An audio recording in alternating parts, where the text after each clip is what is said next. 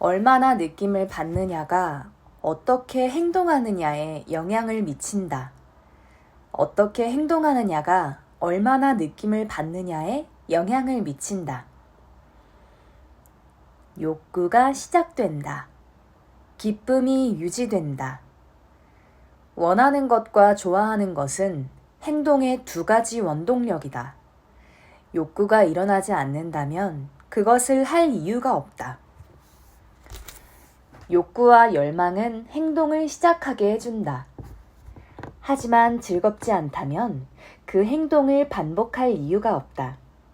기쁨과 만족감은 행동을 유지하게 해준다. 느낌은 우리가 행동하도록 동기를 유발한다. 성공했다는 느낌은 우리가 그 행동을 반복하게 만들어준다. 희망은 경험으로 줄어들고 그 자리는 수용으로 대체된다. 먼저 기회가 생겨나고 무엇을 할 수 있을지에 대한 희망이 생긴다. 우리 기대는 오직 약속에 근거한다. 그 다음으로 기대는 현실에 기반을 둔다. 우리는 과정이 어떻게 일어나는지 이해하고 점차적으로 희망 대신 더 적절하고 가능한 결과들을 예상하고 수용하게 된다. 이것이 우리가 지속적으로 벼락부자가 되는 법이나 마법의 체중 감량 프로그램 같은 것에 혹하는 이유다. 새로운 계획은 희망을 제공한다. 우리가 스스로에게 기대했던 어떤 경험도 하지 못했기 때문이다. 새로운 전략들은 과거의 전략보다 더 호소력이 짙다. 이는 새로운 전략이 무한하게 희망을 가지고 있기 때문이다. 아리스토텔레스는 청춘은 쉽게 기만에 빠진다. 희망을 빨리 품기 때문이다. 라고 말했다. 기대에 뿌리를 내리는 경험은 없다. 뭔가를 시작할 때 우리는 희망은 우리가 가진 모든 것이다.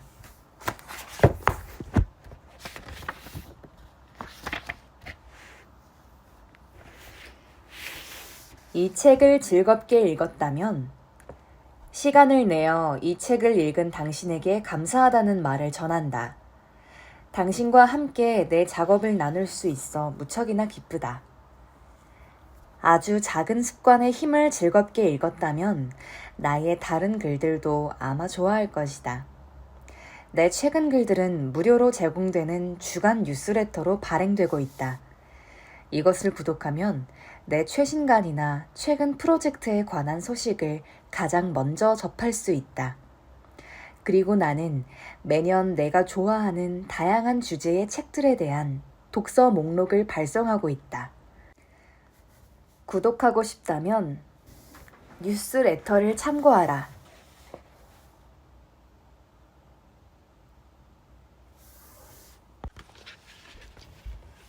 그렇다면 그날 밤 유령이 초대받지도 않은 환송 파티에 참석했단 말인가? 그가 정말 오페라의 유령이 확실할까? 하지만 누가 확실할 수 있겠는가? 내가 지금 이런 얘기를 하는 것은 내 얘기가 맞다거나 유령의 대담함에 대해 말하려는 것이 아니다. 다만 충분히 그럴 가능성이 있다는 얘기를 하고 있는 것뿐이다. 내가 이런 이야기를 하는 데엔 충분한 근거가 있다. 아르망 몽샤르맹이 자기 회고록에서 이렇게 아르망 몽샤르맹이 자기 회고록에서 이렇게 진술했기 때문이다. 그날의 취임 만찬을 회상하자면 드비엔 씨와 폴리니 씨가 극장장 집무실에서 유령처럼 생긴 낯선 사람에 대해 한 이야기를 빼놓을 수 없다. 그 얘기를 정확히 전하자면 이렇다. 테이블 한가운데에 있던 드비엔과 폴리니는 그때까지 해골과도 같은 사내를 전혀 인식하지 못하고 있었다. 그런데 사내가 불쑥 이런 말을 했다. 무용수들 말이 옳아요. 불쌍한 비케의 죽음엔 뭔가 이상한 게 있어요. 드비엔과 폴리니 씨가 깜짝 놀라 동시에 외쳤다. 뭐라고요? 뷔케가 죽었다고요? 그렇습니다. 그림자인지 사람인지 모를 사내가 침착하게 대답했다. 지하 3층에 있는 농가 세트와 라호르의 왕 세트 사이에서 목을 맸죠. 두 퇴인 극장장들이 동시에 자리를 박차고 일어나 서로를 쳐다보았다. 무대장치 담당자가 목을 맸다는 소식에 대한 반응치고는 다소 과도한 면이 있었다. 한참 동안 서로를 바라보는 두 사람의 얼굴이 테이블보다 더 하얗게 질려 있었다. 이윽고 드비엔이 리샤르와 몽샤르맹에게 눈짓을 보냈고 폴리니도 다른 손님들에게 몇 마디 양해를 구한 뒤 함께 극장장실로 들어갔다. 이때를 몽샤르맹의 회고록은 다음과 같이 기술하고 있다. 드비엔 씨와 폴리니 씨는 안절보절 못했다. 우리에게 뭔가 난처한 얘기를 하고 싶어 하는 것 같았다. 먼저 두 사람은 조금 전 테이블 끝자리에서 조제프 뷔케의 죽음에 대해 얘기한 사내를 아느냐고 물었고 우리가 모른다고 하자 더욱 혼란스러운 표정이었다. 그들은 우리에게 주었던 만능 열쇠를 집어들어 살피더니 고개를 가로저었다. 그리고 우리에게 방이나 금고 등 비밀스러운 장소들을 지켜줄 더 안전한 자물쇠를 만드는 게 좋겠다고 조언했다. 그들의 진지한 충고가 하도 우스워서 우리는 웃음을 터뜨렸고 혹시 오페라 극장에 좀도둑이라도 있냐고 물었다. 그들은 그보다 더 심각한 유령이 있다고 대답했다. 우리는 또다시 웃음을 터뜨렸다. 두 전임자가 오늘 만찬에 대미를 장식하기 위해 장난을 치고 있는 거라고 생각했기 때문이다. 두 사람은 자신들의 이야기를 심각하게 들어달라고 말했다. 우리는 그들의 장난에 맞장구를 쳐주기 위해 그러자고 했다. 두 사람은 유령에 대해선 하나도 설명하지 않은 채 유령에게 호의를 베풀고 유령이 원하는 것은 다 들어주라는 공식 통보를 받았기에 우리에게 전한다면서 어렵게 얘기를 꺼냈다. 그들은 어둠의 폭군이 지배하는 이곳을 벗어난다는 생각에 너무나 즐거운 나머지 누구도 믿기 힘든 이 괴상한 이야기를 꺼내야 할지 마지막까지 망설였지만 조제프 뷔케가 죽었다는 이야기를 듣는 순간 유령의 요구를 들어주지 않으면 다시 끔찍하고 소름 끼치는 사건들이 일어날지 몰라 이야기를 전한다고 덧붙였다. 두 사람이 전혀 예상치 못한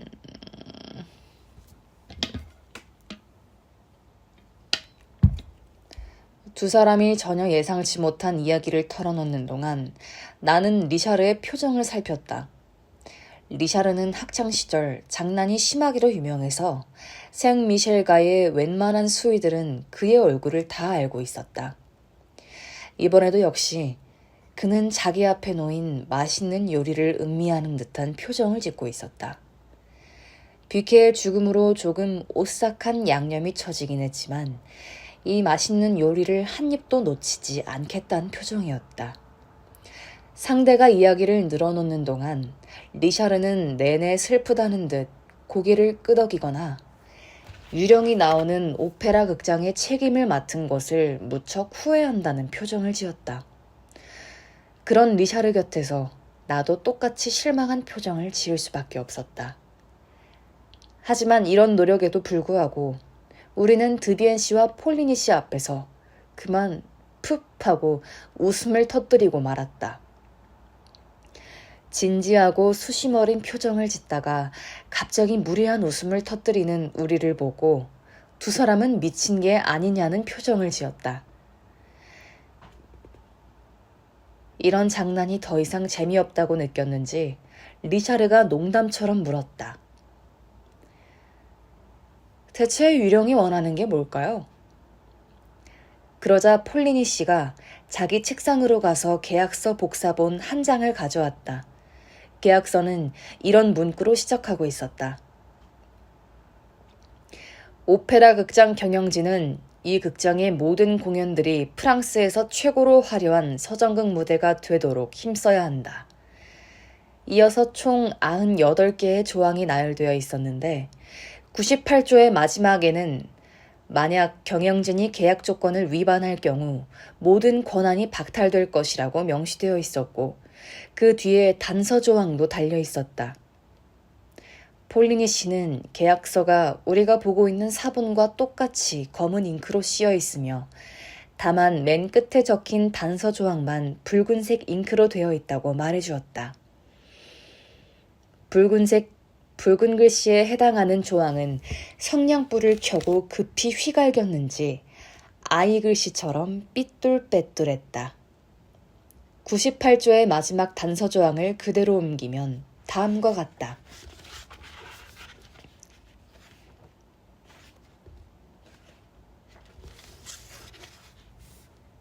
5.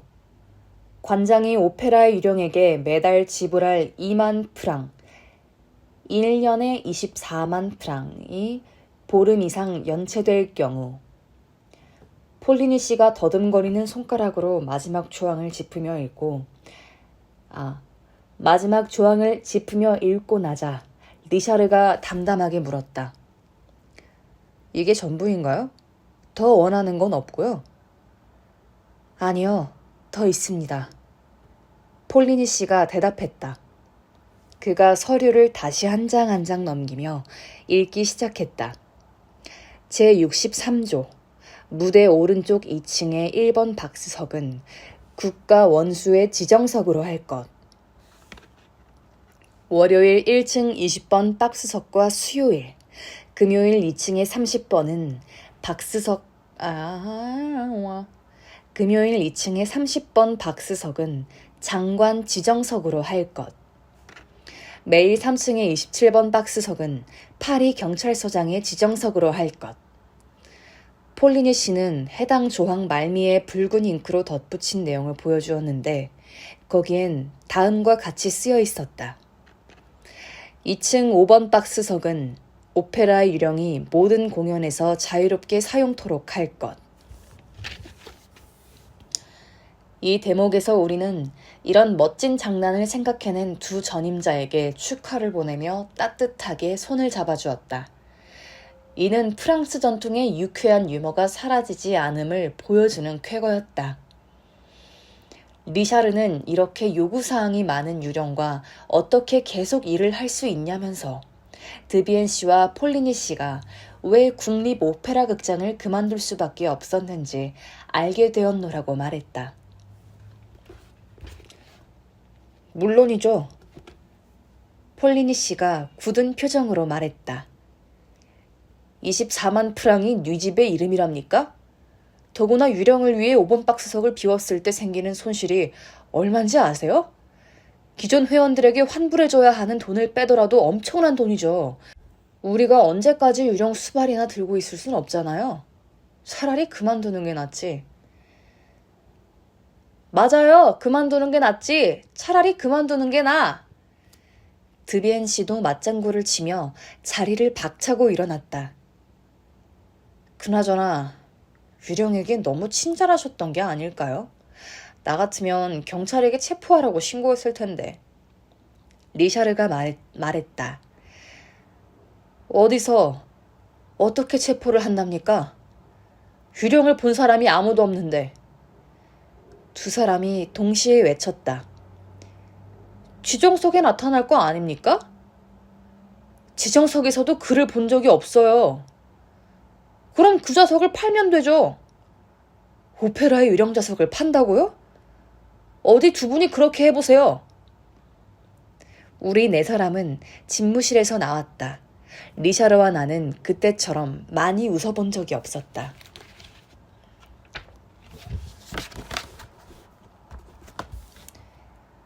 5번 박스석. 아르망 몽샤르맹은 자신이 극장작으로 보낸 꽤 긴 시간 동안 일어났던 일들에 대해 방대한 분량의 회고록을 남겼다. 이걸 쓰면서도 극장일에 전념할 수 있었을까 하는 생각이 들 정도다. 그는 악보조차 읽을 줄 몰랐지만 문화부 장관과 매우 가까운 사이에 유력한 언론을 몸에 담았던 적도 있었고 제법 돈도 있었다. 한마디로 그는 남들에게 호감을 주는 데다가 오페라에 투자할 만큼의 영리함도 가진 인물이었다.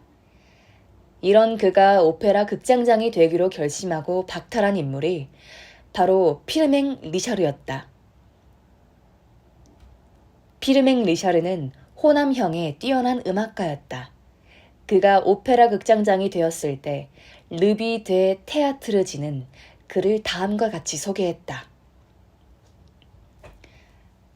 피르맹 리샤르의 나이는 50살 정도로 훤칠한 키에 군살 없는 단단한 체구, 단단한 풍차에 세련된 기품, 혈색 좋은 얼굴과 숱 많은 짧은 머리카락, 그리고 거기에 어울리는 수염을 길렀다.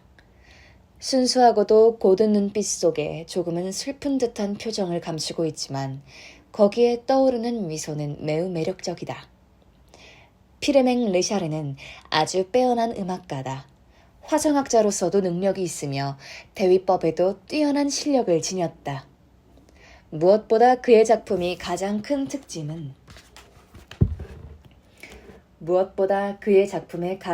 특징은 잠엄함이다. 그는 음악 애호가들이 사랑하는 많은 곡들을 작곡했는데 실내악곡, 피아노곡, 독창적인 소나타와 소품곡 등 매우 다양하다. 예를 들어 콩세르바투아르 음악회에서 연주된 헤라클레스의 죽음은 장엄한 서사적 영감으로 그가 존경해마지 않는 글루크를 떠올리게 한다. 리샤르는 글루크를 존경하지만 그에 못지않게 피니치도 좋아하며 그들의 음악을 발견하는 데에서 기쁨을 찾는다. 피치니뿐 아니라 그는 마이어베어, 치마로사의 곡도 즐기며 특히 아무도 흉내낼 수 없는 베버의 재능에 깊이 경도되어 있다. 바그너로 말하자면 그는 자신이 바그너의 음악을 이해한 최초의 프랑스인이라고 자부할 정도다. 이 정도면 피르맹 리샤르가 얼마나 많은 음악과 음악가들을 섭렵하고 있는지 알 수 있을 것이다. 그에 대한 언급은 이 정도로만 해두고 다만 그가 다른 음악가들도 모두 피르망 리샤르라는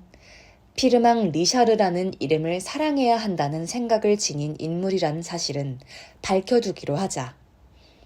바꿔 말하면 그는 꽤나 독선적인 성격의 인물이라는 것이다.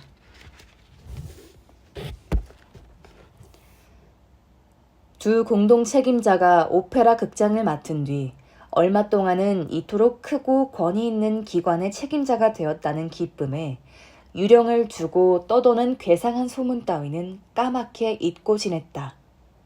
하지만 얼마 지나지 않아 그들을 실속해 했던 농담이 아직 진행 중에 있음을 알려주는 사건이 터지고 말았다. 피르맹 리샤르는 그날 아침 11시에 사무실에 도착했다. 비서인 레미가 6통가량의 편지를 가져다 주었는데 모두 친전이라고 씌어 있어 개봉하지 않은 상태였다. 그 가운데 한 통이 리샤르의 눈길을 끌었는데 겉봉을 붉은 잉크로 썼을 뿐 아니라 어디선가 본 적 있는 필체였다.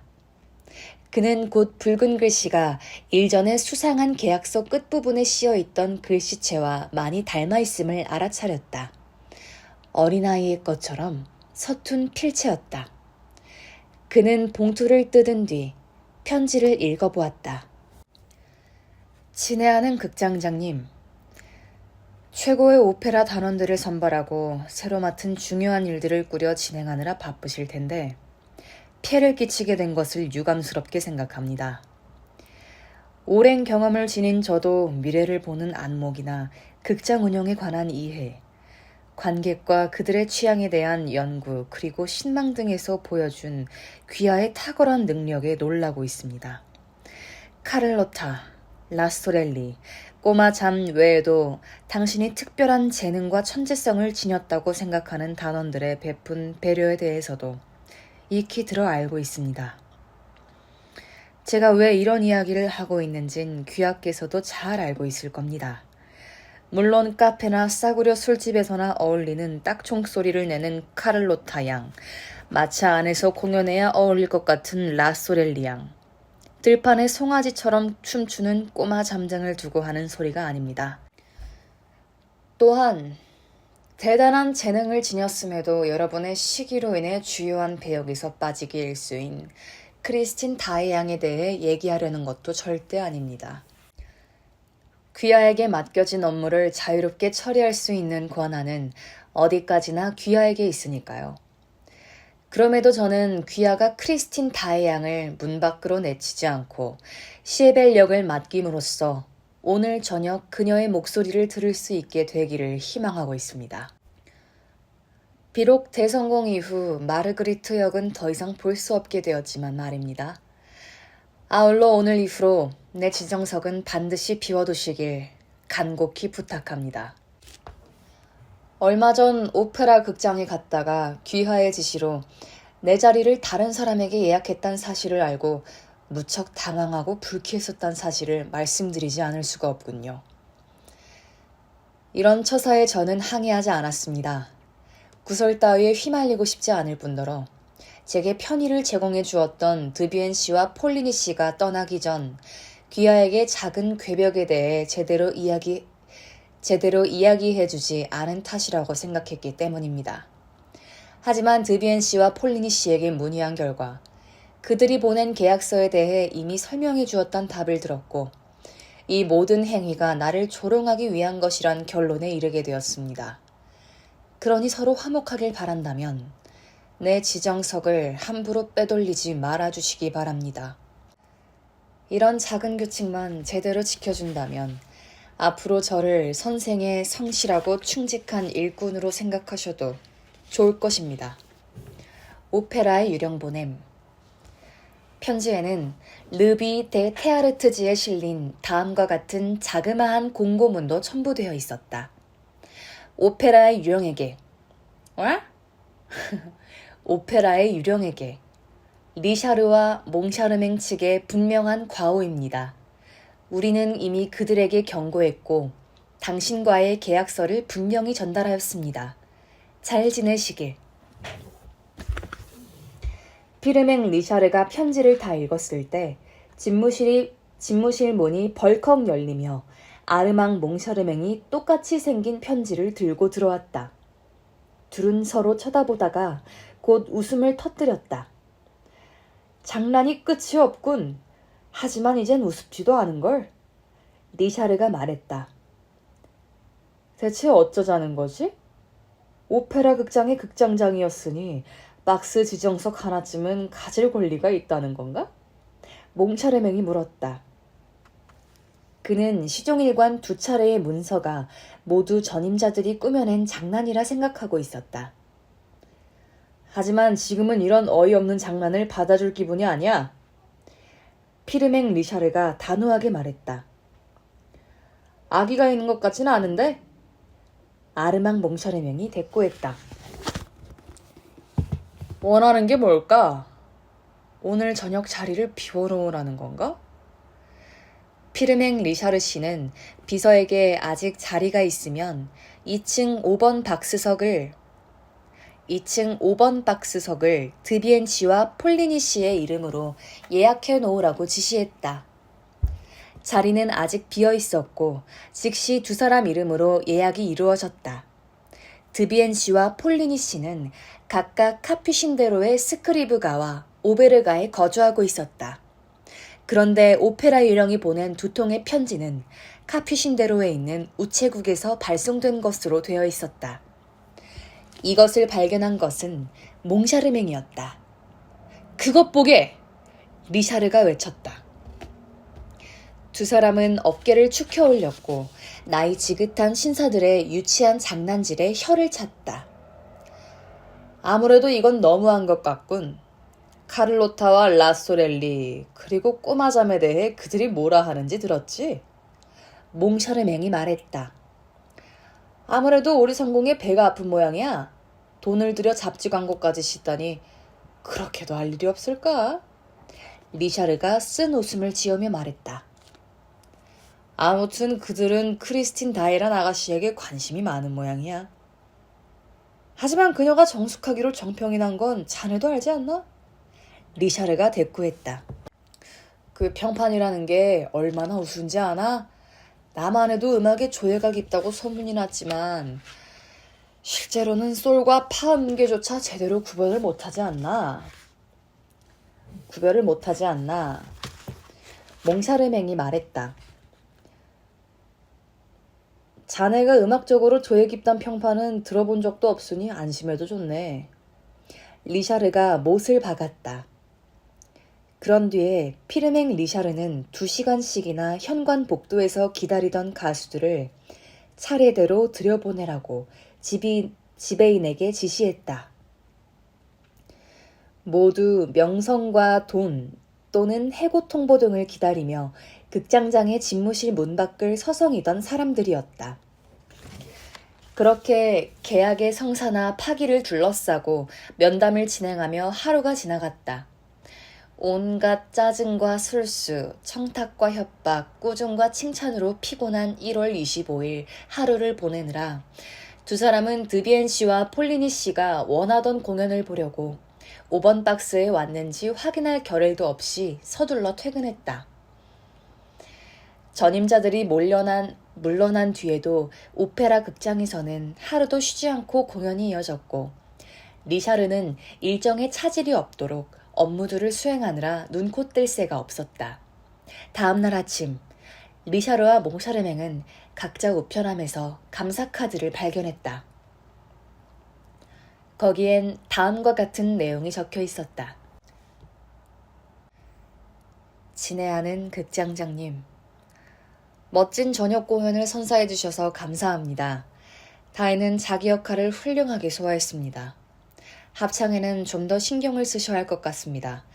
카를로타는 화려하지만 보잘것없는 악기 같았습니다. 가급적 빠른 시일 내에 24만 프랑을 지불해 주셨으면 합니다. 정확히 말하면 23만 3,424프랑 70상팀입니다. 드비엔 씨와 폴리니 씨가 내 연봉의 첫 열흘에 해당하는 6,575프랑 30상팀을 이미 지급했고 그들과의 계약이 10일 저녁으로 끝났기 때문입니다.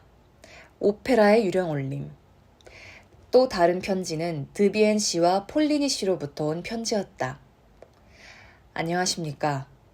귀하의 배려에 크게 감사드립니다. 저희들로서도 파우스트 공연을 다시 보게 되는 것은 무척 기분 좋은 일입니다만 2층 5번 박스석을 차지할 권리가 우리에겐 없다는 사실을 잊을 정도는 아니라는 걸 말씀드리고 싶군요. 그곳은 일전에 말씀드린 그분에게만 예약된 자리입니다. 이를 확인하려면 계약서의 제63조 마지막 항목을 다시 읽어보시길 바랍니다. 그럼 안녕히 계십시오. 이 사람들 정말 너무하는군. 피르맹 리샤르가 드비엔과 폴리니의 편지를 구기며 소리쳤다. 그날 저녁 문제의 5번 박스석은 다른 사람들에게 예약되었다. 하지만 다음날 집무실에 나온 리샤르와 몽샤르맹은 전날 저녁 2층 5번 박스석에서 발생한 사건에 대한 관리인의 보고서를 읽어야 했다. 다음은 관리인이 보고한 내용을 요약한 것이다.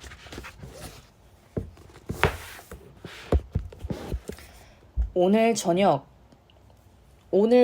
공연의 제2막 시작과 중간 무렵 두 차례에 걸쳐 2층 5번 박스석의 관람객들을 쫓아내달라는 민원이 들어와 시경의 협조를 요청했습니다.